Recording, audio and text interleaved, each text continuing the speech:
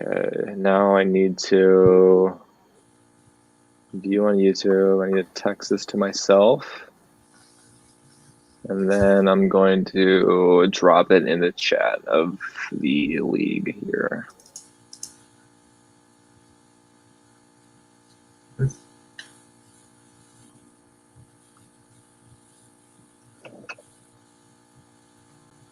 Are you staying over by you for most of the winter break, or are you going to be coming back home? I am back home. Yeah. Oh, okay, cool. I'm home Is that your family, like your childhood room? Yeah, exactly. Cool. Yeah, I'll be back home till January 15th or something. Okay. All right, let me post this link here.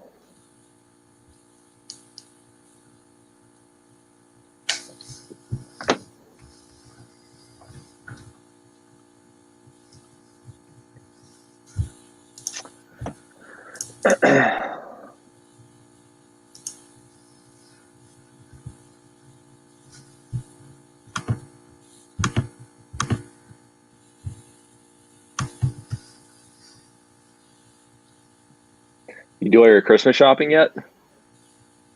Almost done. What'd you get the girlfriend? Yeah, I'm still working on that one. Do you have a list of things that like she might want that comes to mind? Exactly. Yeah. All right. Well, what comes to mind? What does she want? Yeah. I got a list. I don't know. Are you not wanting to share? Yeah. Not right now. How about you and Allison? I'm probably gonna go golf clubs. Ooh, I like that. Like starter set. It's like one of those things where like, I think it'd be good for her to get into it. But it's not like one of those things where like I'm gonna, bail on the group of like a foursome golf to go play with her. So it might be one of those things where like I play 18 with the guys and she can meet me on like she can start to play on the first 9. Yeah. And then her day can cut out early after the first 9. And I'll play the remaining 9 with the guys. So that might be one of those things. Yeah. Sounds fun. I think I'm golfing on Thursdays. So. Such a tough sport though. I'm pretty new to it. I'm not the greatest. Yeah, it's hard. It takes practice too much. Yeah. Well, we're at 1 viewer right now. I'll wait another minute or so for more people to get in here. Yeah, sounds good. Have you ever played? I think your dad's played here. Have you ever played at the quarry at Crystal Springs? It's like Creve Coeur Lake. I've never played. I think I played one in Creve Coeur, but I don't know if it was that one. But yeah. Oh, there's one right by Creve Coeur Lake. So it's right off, I think, 364. I was playing there maybe like probably 4 months ago. Me and 2 buddies were playing there like after work, and I'm just slicing all my drives like to the right, like not even getting like any elevation on it. I would just hit it and just like immediate slice to like maybe 40 feet, and like I go like through like stages of like my drive. Like, am I hitting it the drive good? Is it bad? If my drive's good, then my iron or my wedge game sucks. If my wedge game and iron game's good, then my driving's, or if my wedge and iron game sucks, then my driving is good. So I was like, we were playing a quick 9 after work, and I'm just slicing every drive I get. So like we're on like hole like maybe like we started on the back 9. We're on like hole like 15, and there's like maybe like a group of like 20 geese like right by the tee box, like to the right. And I'm like, and I'm like telling the guys, I'm like, oh my god, like this is not going to be good for me. So I tee it up. I don't really use my driver too much. I go more of my 3-wood because I'm just better with it. I get more loft out of it. But I pulled out the driver for this hole, and like I tee it off, and the ball, same thing, like just goes right down to the right. I line drive and I just peg this goose, and like you could like hear the sound of the ball hitting the goose. And like my 2 buddies are cracking up. Like the goose is like hobbling, like shaking, like flapping its wings. Like you can tell, like it stung it big time. Yeah.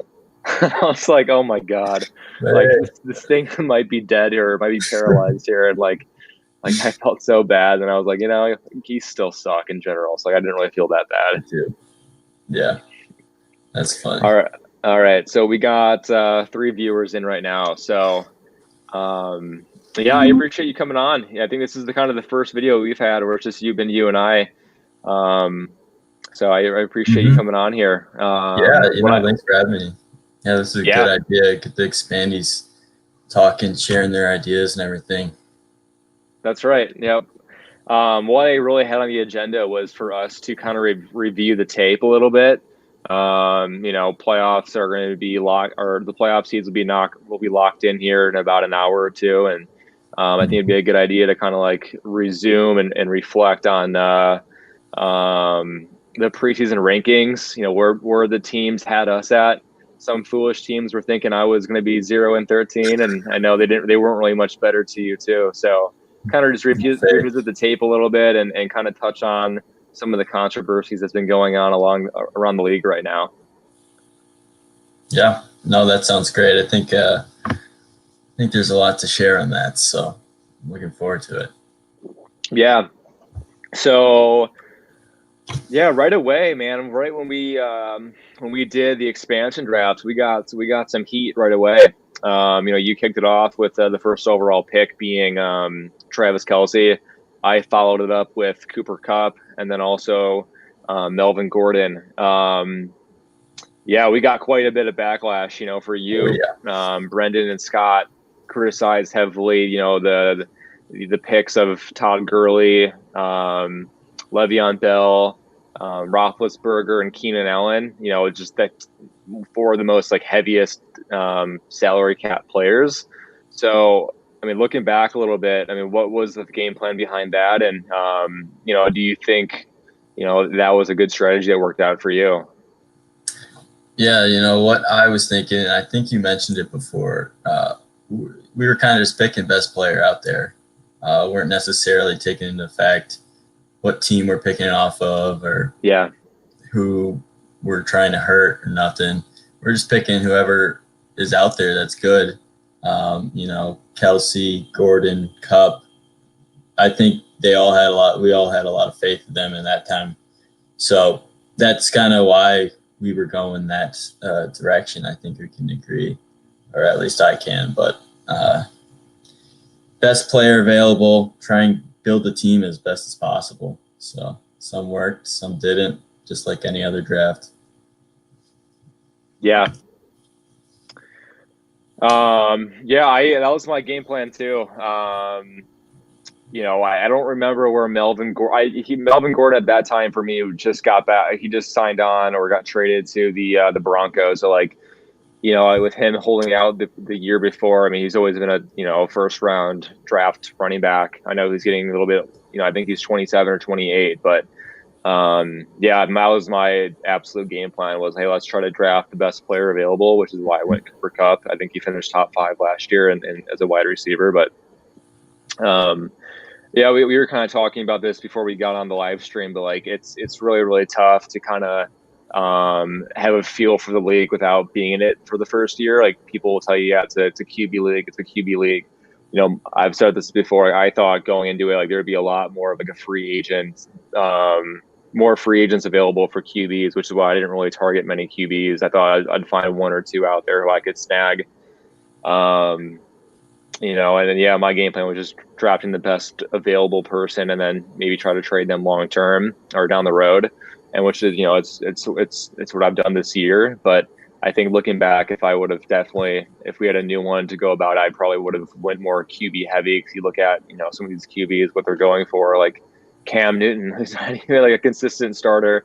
He's going for, I think, 2 first rounders. It's like, if one of us, went straight hog mode on the QBs, if one of us grabs Goff and Tannehill and Newton and Rivers and Roethlisberger, I mean, we could have left that. We could have made some trades and probably got 6 or 7 first round picks out of it at least, and still had 2 or 3 starting QBs.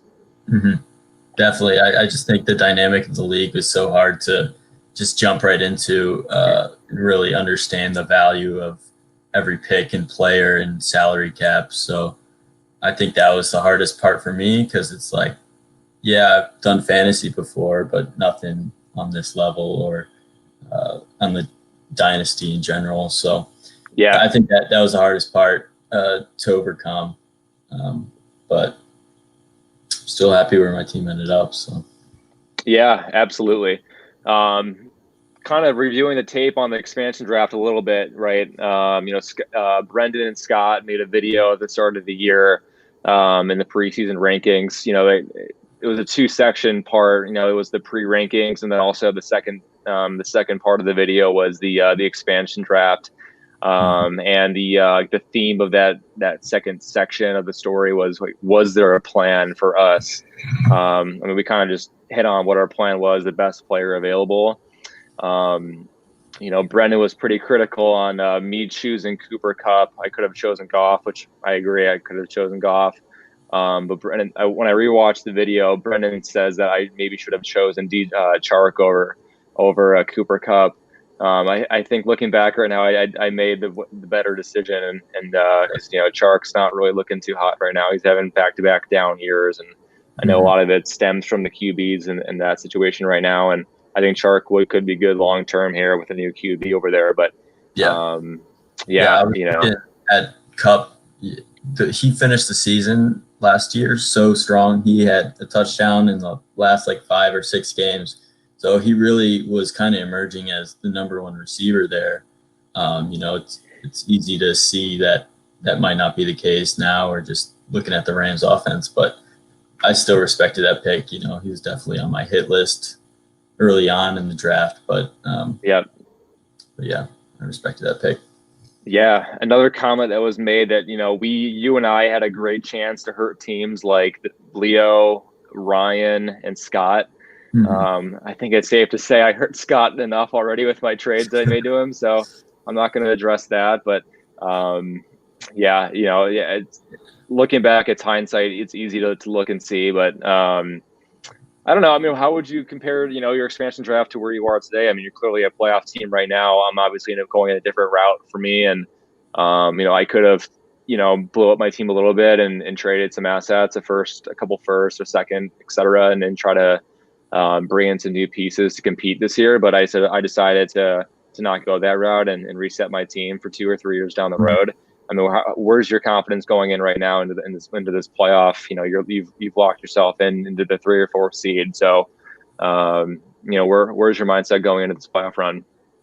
Yeah, I'm looking forward to it, and I think looking back at the expansion draft, I think a lot of my team wasn't necessarily built off of that draft. My running backs I picked that were going to be my go-to guys was Gurley and Bell, and neither of them have started for me for weeks. So it's really a whole different team, and I think I've benefited off of the rookie draft and trades, and that's really where I've been able to get in this position where I am now, which is exciting. I didn't expect to be here.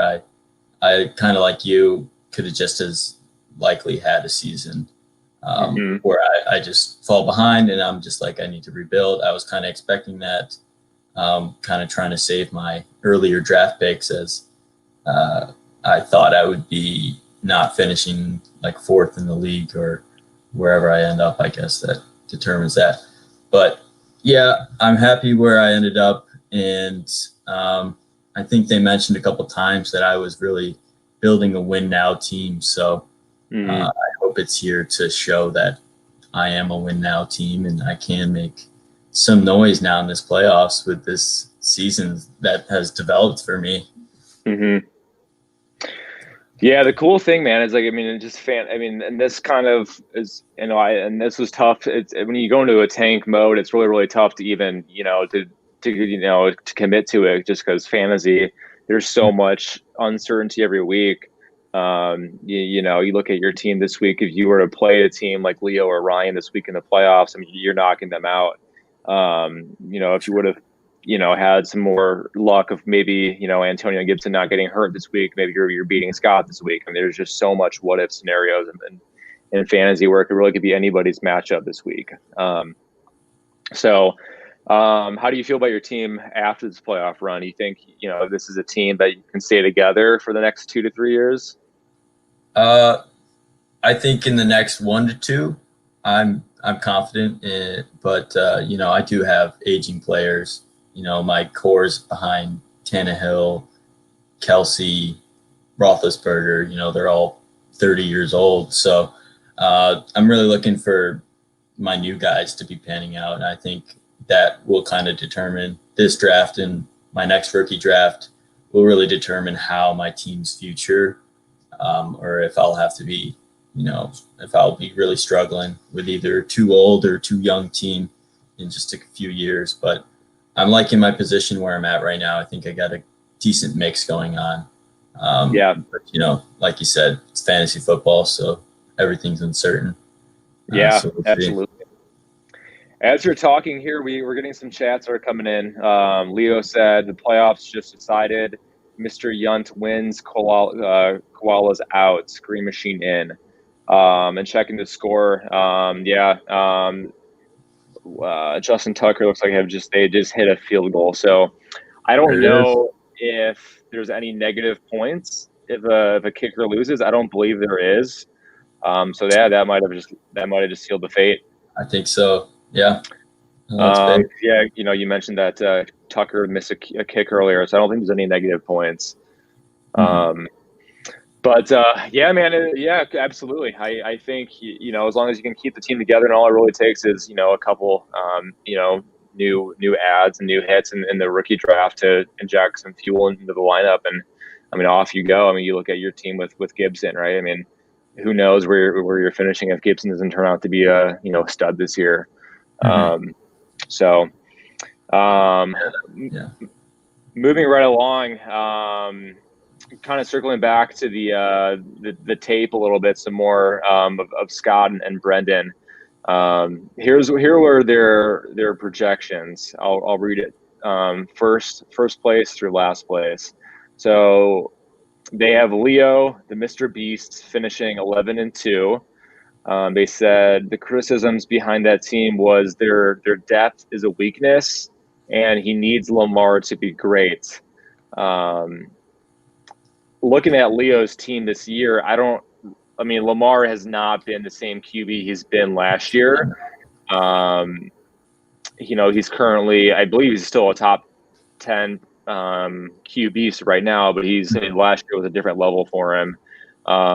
So you look at what he's battling some QB injuries right now, so you don't know what this looks like for him, but he looks to have potentially not too great, but too serviceable QBs going to his playoff run from Cam Newton if he can continue it, and then also if Lamar can flip the switch. So they both had him projected at 11-2, which is he'll finish at I think 10-3, correct? I think so. Yeah, because he's losing this week. Good prediction. Yeah, very, very on par. Just a 1-2 seed. Second seed, they had Rye Bread finishing. Brennan thought 10-3. Scott 11-2. They viewed Ryan's team as the winner of the expansion draft. So they thought after the expansion draft, nobody's team won more than Ryan's team. Yeah, I guess that's arguable, but really I think they were putting a lot of the blame on us for that. And I just wanted to note that me and you coming into this league, I don't think we were out in that out to get any teams like that. We knew who had won and where the solid teams were, but I think we were just trying to build our own best teams versus trying to hurt other teams or just put them in tough positions. I think we'd rather just help ourselves as much as we can. At least that's where I was coming from. I really didn't know the dynamic of the league, without being in it. So I was just out to get the best team, best players, and whoever it hurt, it hurt. Whoever it helped, it helped. So. I think it's worth saying too, you could blame us for not bringing them down a notch, but there's people to blame for letting them get to where they were up there, right? So you can't rely on two expansion teams who are brand new to the league to bring them down and help do some damage control what they did. So I just wanted to make sure I brought that one up. Third place they had Johnny hitting third place, which is currently correct. Johnny will take that third seed and overtake you in the third seed. Brendan had him at 10-3. Scott had him at 9-4. So he's currently going to be finishing the regular season at 9-4. So yeah, on par with what they were projecting. The knock on him was, is what we've been saying all year, is he has no bench. He's an injury or two away from having a tough year, but he has a great starting lineup. So, and he's got one of the best starting teams in the league who could turn it on at any point as long as the team performs. Like that's a scary team to look out for. I think that's a prediction. I think we've also seen that his team is vulnerable, that shallower bench. He's had he lost 4 out of 5 at one point this year. So, but really, if his team is hot, he's unstoppable. So I respect that. Yeah, there was a time where if he lost a couple there, he's missing the playoffs. He really had a tough stretch there. But he's doesn't matter how you get in, as long as you get in, and anything can happen at that point. Number 4, they Brendan and Scott had Brendan finishing 9-4. The big pro that they gave himself was he has a lot of wide receiver depth. So looking at his team right now, that depth consists of Tyler Boyd, Antonio Brown, Chris Godwin, Kenny Galladay, CeeDee Lamb, Jarvis Landry. I guess I know Landry's gone now, but absolutely, he has some good depth there. The knock, which is kind of ironic here, is they said that Brennan was going to struggle down, or he's going to have major struggles down the stretch.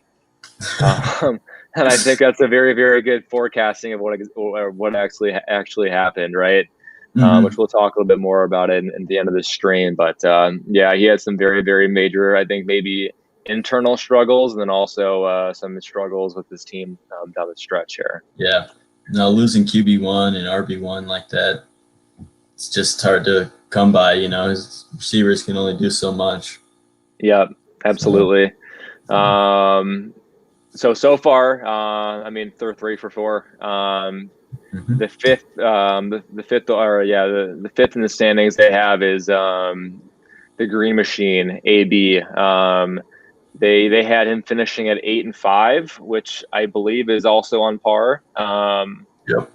He's going to be winning this week. Yep. So 8-5. They talk him up that he's got great wide receiver depth. And the knock was he's going to be relying on Kirk Cousins here. So you look at Kirk Cousins, hasn't really had the best year. That team kind of struggled quite a bit, especially early on in the season. But it'll be interesting. He doesn't really have the best playoff schedule, in my opinion. Kirk Cousins plays at Tampa and then Chicago and then the Saints. So Chicago can be lit up at any time. Tampa, same thing. They were a top defense to start the league or to start the year, but I don't know. I don't really like that schedule going forward for the playoffs for Kirk Cousins. If I'm Alex, especially since he has to rely on him so much, it'll be tough. Yeah, and then you look at Derek Carr. Next week he plays against the Colts and then the Chargers. So if I'm Alex, I don't know if I like the Colts matchup either. Derek Carr showing he's going to be hot and cold. So you don't know what you're going to get with him this week. Yeah. Looking at number 6, they had Scott 8-5, which is what he finished at as well. They've got him listed as 2 proven QBs, and then he needs running backs to be healthy. Yeah, it's been a tough year for Scott. Blew up the team, blew up the future. Yeah. He really. I mean, we're talking. A week out, he wasn't going to be making the playoffs. So he's. If anybody's ecstatic about this finish, it's him. He's squeaked in, and that could be a dangerous team. If Dalvin Cook does Dalvin Cook things, if Amari Cooper does Amari Cooper things, if Cole Beasley keeps, improving and staying consistent. And then, if it's the wild card for him is going to be his QBs.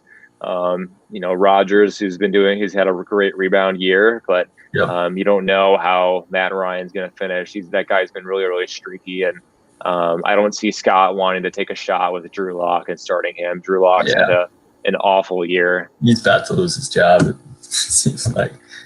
Yeah, I'd say that Drew Lock probably has one more year to show what he's got, and if he struggles, then that's probably it for him of being a starting QB. It either is out of the league or he's just going to be demoted to a backup role. Yeah, no, Scott needs to do something now. I don't think he's got much hope in the future. Doesn't right now, at least in terms of his draft picks and his salary cap issues and everything going on with him. So yeah, he needs to perform well.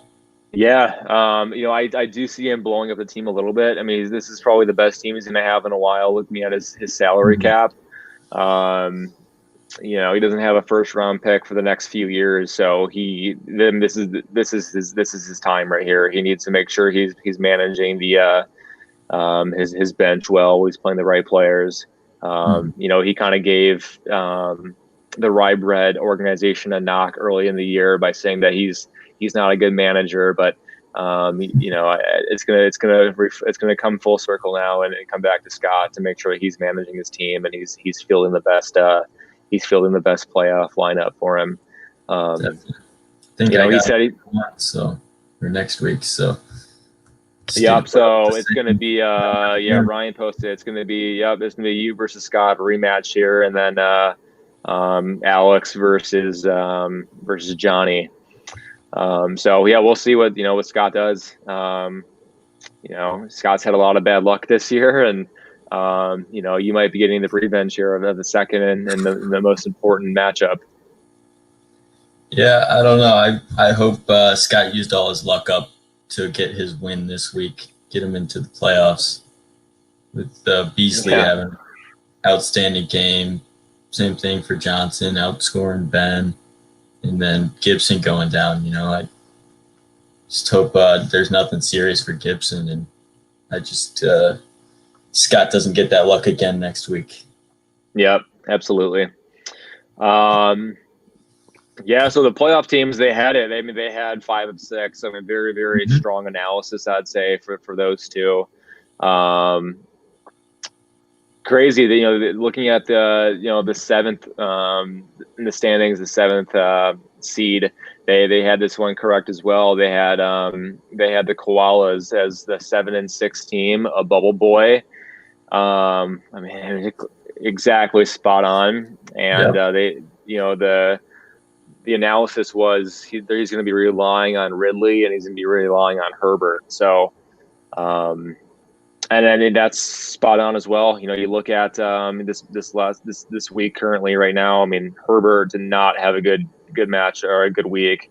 He's had an incredible rookie season, but the 1 week that Paul cannot afford to have Herbert take the day off and the entire team take the day off was this week. So really, really disappointing and extremely spot on that he needed Herbert to be great, and Herbert kind of carried his team a little bit, but if he just got a few more completions, a few more runs, a few more completions to Hunter Henry, he's looking at a playoff team here. Definitely, yeah, it's pretty crazy how that all worked out. Asking me at the beginning of the week or even 2 nights ago, I would have said no chance that Mr. H is going to lose that matchup and be out of the playoffs, but here we are. Yeah, he was 8-2, and he's out. It's absolutely incredible. Ryan projected earlier in the year that a 7-win team might make the playoffs, and yeah, it's crazy that it came down to those three, and Paul's the one drawing the short end of the stick. Yeah. I don't mind it because I have Paul's first round pick, and which means I'll be taking that. I'll take that 6th overall pick, so I'll be having 2 of the top 6 picks, which I love. It's really, really good to get back on the map. But yeah, I would have liked to see Paul make the playoffs, just for his sake. I thought he had a good team that could do some damage. Yeah, definitely. I thought so too. I wanted, if I would have just won my game and it would have worked out like this, I would have been 3 seed playing a 6 seed Paul. So I would have been looking forward to that matchup. But now we get Scott again. That's right. So. 8th overall, they had you.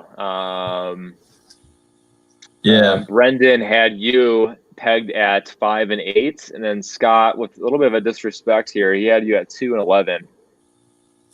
Yeah, Scott really had no faith, or very little faith in my team. And when I first watched the video, I kind of agreed with Brendan, not Scott, but things really aligned for me well.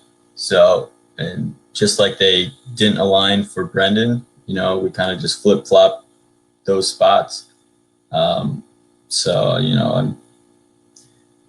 I don't appreciate the disrespect, but I get it. My team didn't look too promising, but here I am, proving Scott wrong next week. Yep. Again, they don't ask how you make it in as long as you make it in. Yep. And then, it wasn't working. It wasn't looking too promising for you in the first, probably, I'd say, month. I mean, there were times where Tannehill, I think, had COVID. Trubisky got benched. So, I mean, you were really, the Q situation early on for you was tough. Mm-hmm. Yeah, no, I started out 3-0, and then week 4 was the week that I had 0 QBs, and I thought that was the start of my downfall, but yeah, I made it. Yeah, I thought that was the start of your downfall too. The knocks they gave you was, you were lacking heavily at wide receiver, and you had aging and injury-prone players. Yep, I think that's both true. It worked out that I got a couple of year players. I got Woods at the beginning of the season and Thielen now. So yep, I've made up for my wide receivers, and knock on wood, all my players have been healthy enough to make it this far. Key players have, at least. Absolutely. Yeah, they Robert Woods and Thielen combined for 40 points this week. So yeah, you're looking. I like. I think that's a solid duo to lead you to the promised land here. I agree. 9th overall, they had the Munn Dynasty. Scott had him at 3 and 10. Brendan had him at 5 and 8. Brendan's and Scott both agree that's an average team. And, Brendan thought that he would be a bubble team, a bubble playoff team. Yeah, no, I can't disagree with that at the beginning of the season. Cook did perform exactly where Shinwu wanted him to, but unfortunately the rest of his team wasn't able to make up for it, or wasn't able to help him out at all. So that's why he got to where he is now. But yeah, we were, and it's crazy too. I firmly thought that Shinwu should have beaten Paul. I thought Paul really escaped that matchup. I don't remember what week that was. That might have been like week 9, week 8. Let me see. But there was a time where Shinwu, I think there were T-shirts in the process of being made for 0-13 for Shinwu. That was Shinwu or Paul beat him 108 to 106. Wow. That's great. Yeah, I thought Shinwu definitely should have won that matchup for sure. 10th overall, they had Patrick, Mr. Yunt. This week's, he was involved in some controversy, which we'll get to here momentarily. But they had him as a wild card. It could be good, it could be bad. Scott had him pegged at 5 and 8. Brendan had him pegged at 3 and 10. And the wild card would have been Dwayne Haskins, who ended up losing his job this year. Yeah, that makes sense to where he is now. Yeah. Yep. Yeah, not really much to say about that team there. You know, kudos to him for setting his lineup and staying competitive and staying in the league. He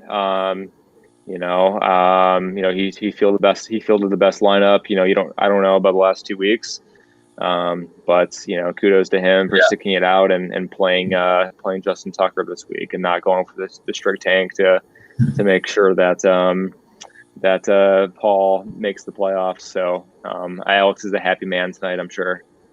Yeah, he sure is. 11th overall, they selected Mike Vick in a box. Scott had him at 5 and 8. Brendan had him at 2 and 11. The pros for Mr. Dwyer is he has good QBs, but does not have any depth. Yeah, I really like what his team has turned into with his rookies and with his other young guys, Scary Terry. I think he's going to be dangerous in the future. He won't be, number 10 or 11 for probably the next few years. He's going to be way above that. So wasn't able to make it happen this year, but definitely has hope for the future. Mm-hmm. Yeah, I would say, outside of some of his main guys, I'd say his team's fairly average. That'd be my knock on him. Looking at his starting lineup, he's got Kyler Murray, which is awesome. Mustard's been hurt all year. I know he's shopping around Mustard. James Robinson. I don't. He probably wouldn't have had James Robinson if if I had my cap space.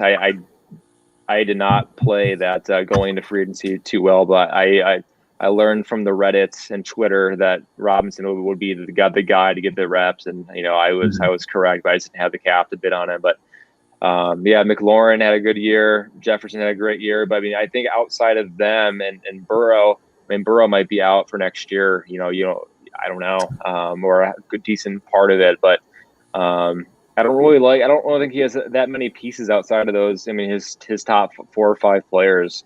But as he showed us in the draft here, he had arguably the 2 of the best players at their position, with Jefferson and Burrow. So he lands one more big player and makes a few moves to dish out some players, and I think he's back on the map here. But he's got a couple more pieces he's got to move around. I think he'll be in a good spot for sure.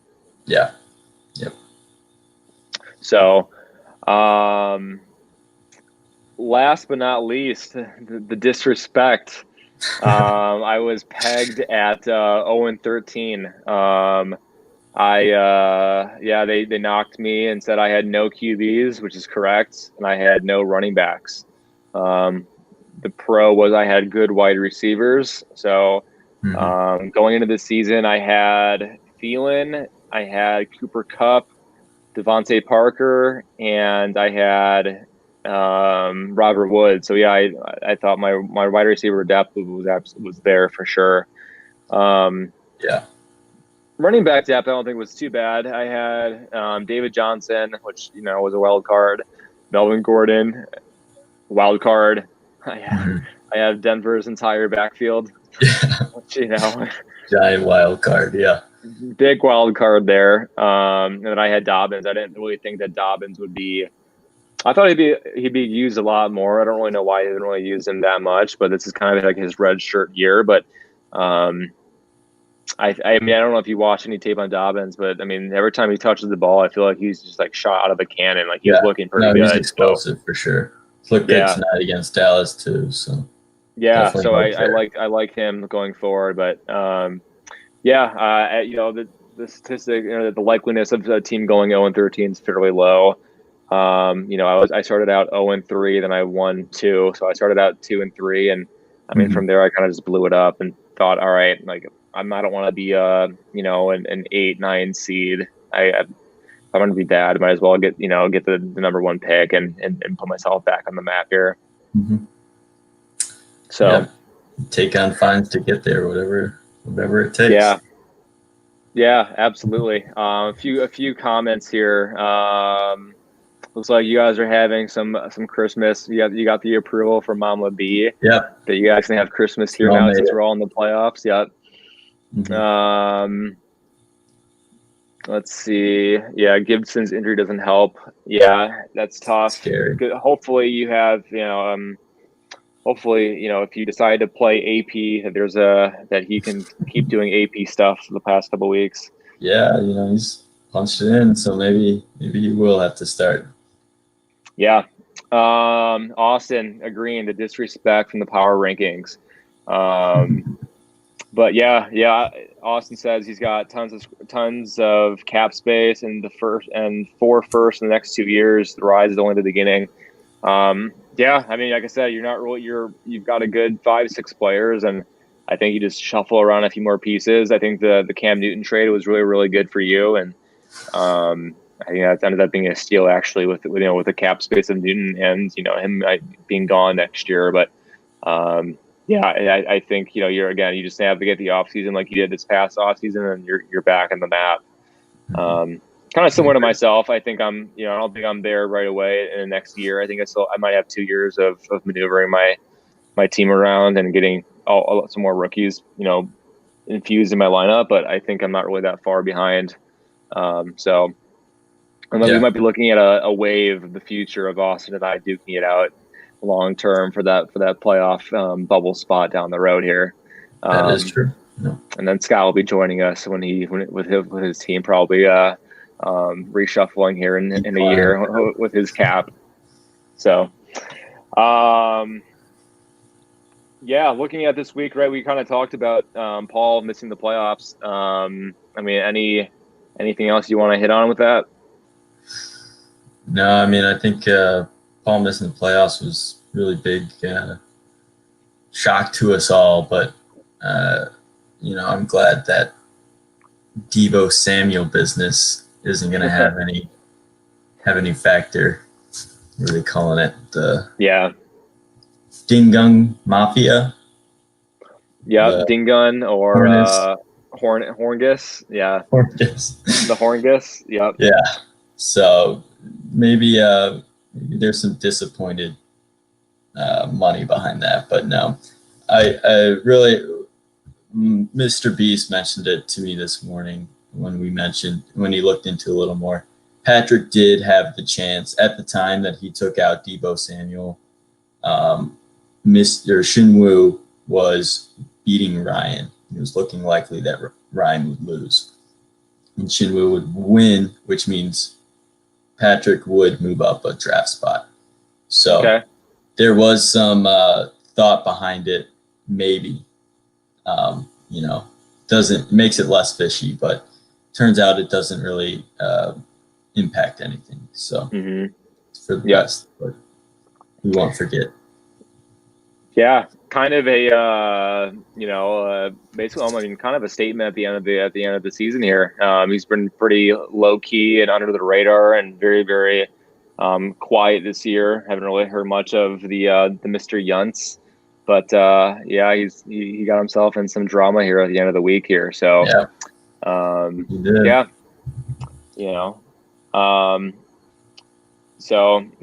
much to really say more about that. I'm sure Austin's kind of shooting himself in the foot here. We were in trade talks about a week ago.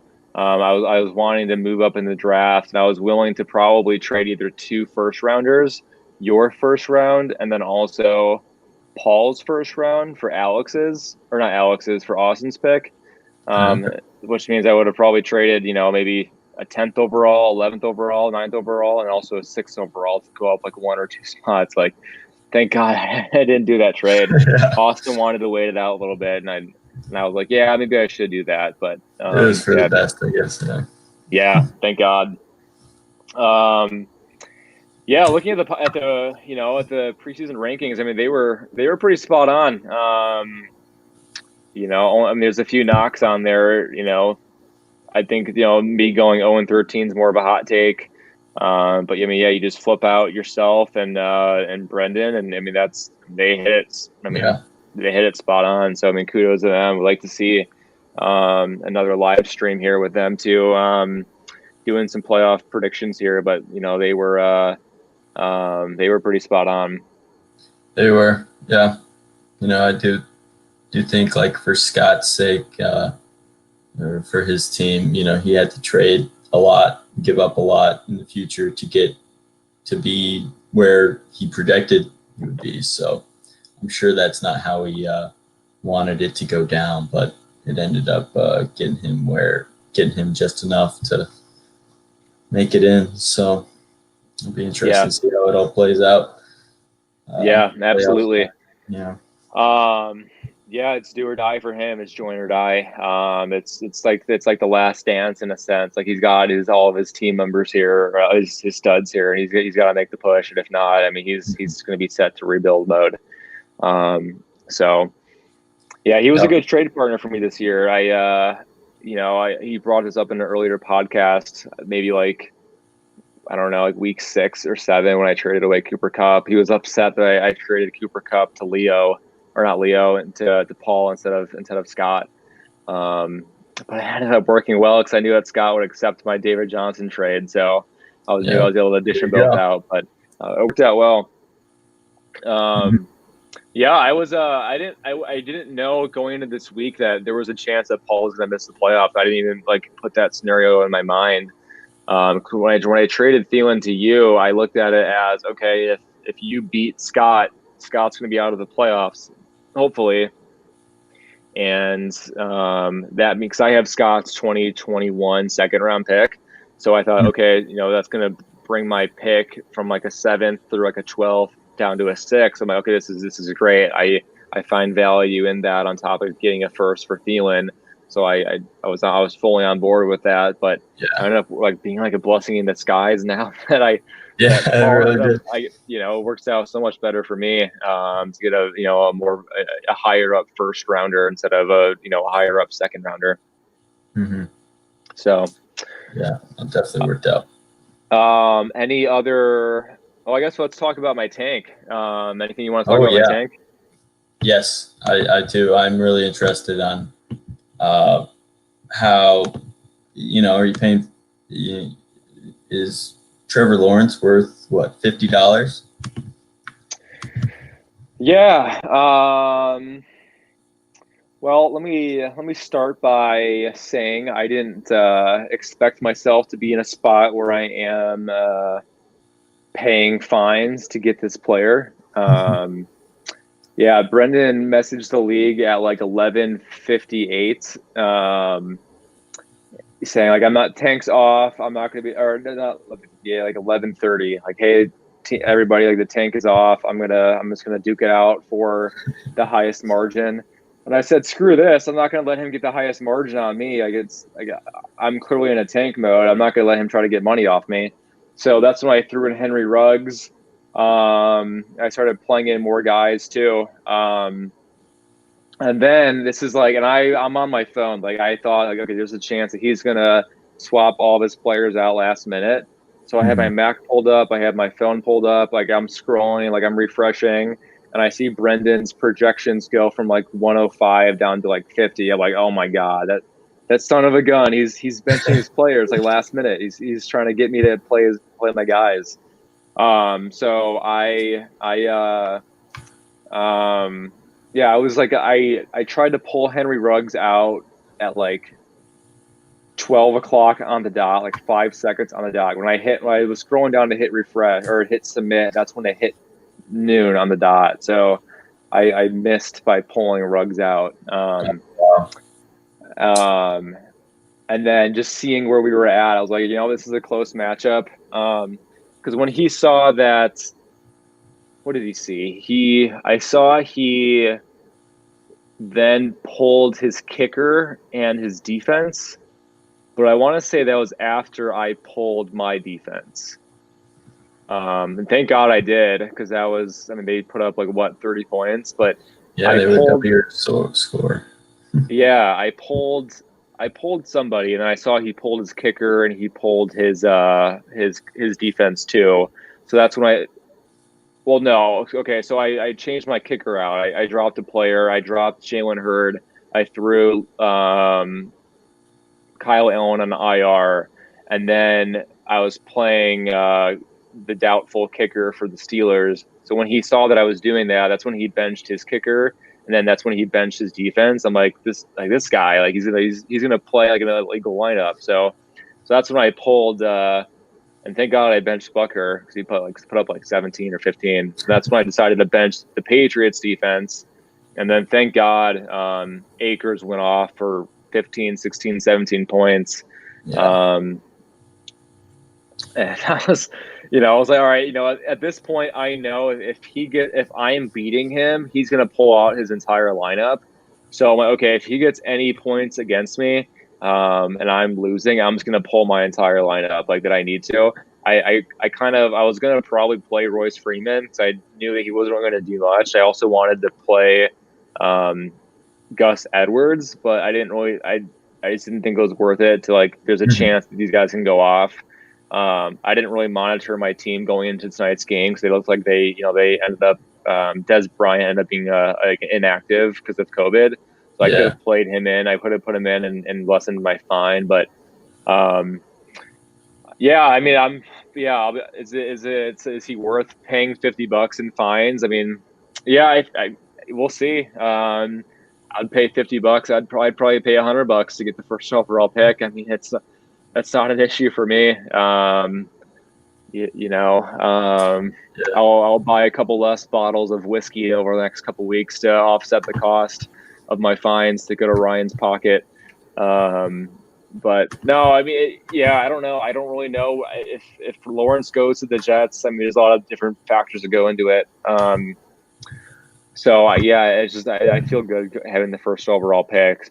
Do I want to pay fines? No, but at the end of the day, I successfully out tanked him, and he almost had me. My mic cut out. I don't know if you can hear me. Yeah, I got you. Or if the audio cut out something. What'd you say? I got you. Can you hear me? Can anybody hear me? Chat room, can you guys hear us? Chris? Do you hear me at all? Yeah, I got you. Okay, I can't hear you. Okay, I can now. Yeah. Okay, you got me? Okay. Yeah, I was able to hear you the entire time. Can you still hear me? Yep. Okay. Yeah, man, I don't know. I mean, at the end of the day, I mean, Lawrence is the highest prospect since Andrew Luck, and if he does what Andrew Luck did, I mean, that's obviously big shoes to fill, but I think I could I feel good about it. $60 isn't going to put me in a bad, in a bad spot for the month or anything like that. I think I'll be fine, but I mean, it's fine. I had fun doing it. I was a little stressed, and it gave me some more things to look forward to and watch the games more closely. I ended up watching the full Rams game just to make sure I could watch Akers. But no, if anything, I'd say he feels worse than I do because he paid fines to tank and he blew it. Yeah. So I agree. I talked to Scott yesterday when I called Scott, and Scott was telling me that Brendan called him and I was asking for his advice. And Scott told me that Brendan told him that was his strategy. He's going to try to bluff me. And he did. That's why I ended up playing Ruggs because I got bluffed. But no, it's all good, man. I mean, I don't want to keep talking in circles here, but I have 3 picks in the first 13 picks. I feel like I'm putting myself back on the map here. So whether I trade down or I take Lawrence, I feel like Lawrence is the absolute must pick, but there's always a chance I could always trade down if I feel like it helps my team and depending how where he gets drafted and how the Jets are looking. I mean, I don't want him to go to the Jets, but I mean, it's out of my control. But yeah, exactly. So, yep. See, for sure. What other topics you got for us? I don't know. I'm coming out with some more. Have some playoff lines, some playoff odds for teams. So be looking out for that this week. I'll have all that sorted out and everything. But beyond that, I think that's really all. Yeah, that's all I really got. If I were to give myself, or if I were to do some playoff projections here, I think so Ryan and Leo are on bye, which is good for them, given that their team underperformed today. It gives them a week to kind of reset and kind of reset their mind of who they're going to be, how they're going to manage their team going into the playoffs. You against Scott, I really think it just depends on how severe Gibson's injury is. I mean, I don't like telling you that, but I mean, I'm sure you feel that you feel it too. It's it's the worst case scenario is pretty much happening for you.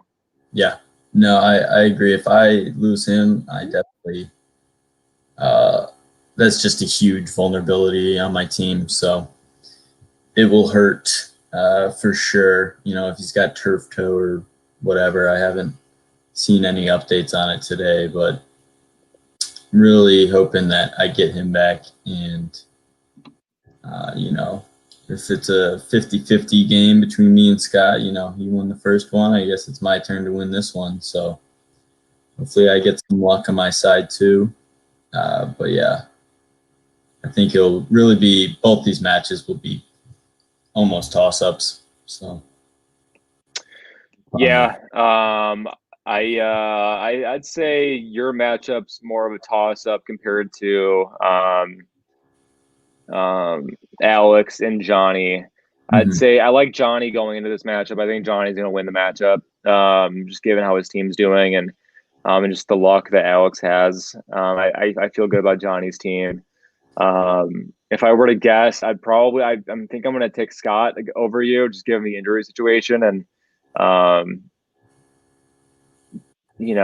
think Matt Ryan underperformed last week, and Rodgers plays the Lions next week.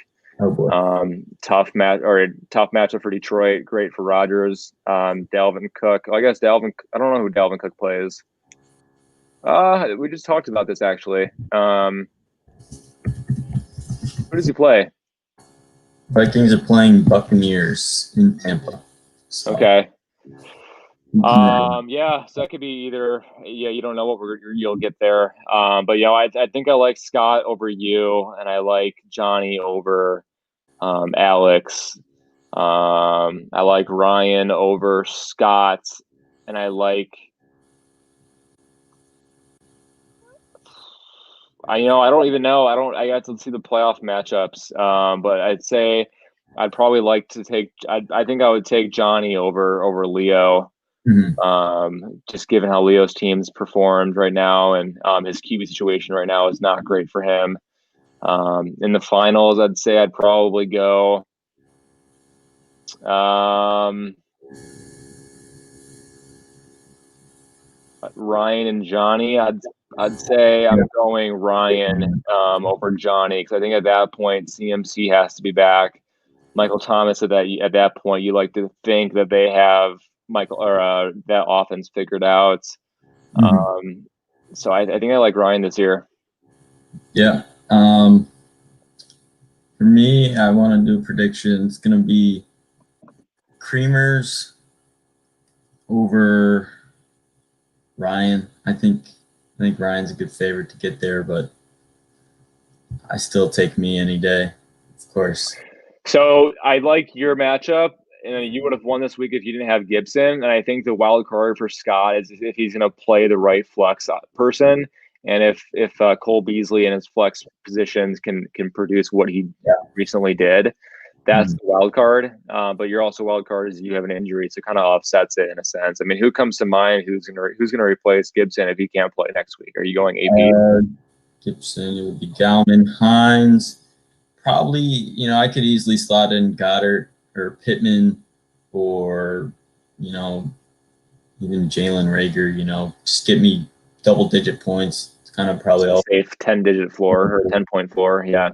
Exactly. So yeah, but yeah, I would definitely need my other players to kind of step up to fill that hole that, Gibson's solid, reliable 12 to 18 points that I'll lose if that happens. But yeah, we'll see. I'm looking forward to these playoffs. I don't know. I've never followed one of these dynasty playoffs before, so I don't know if there's always like a clear favorite, but I really don't think there is one this year. There's definitely Johnny, Ryan, the Beast all look really solid, but anything can happen. So yeah.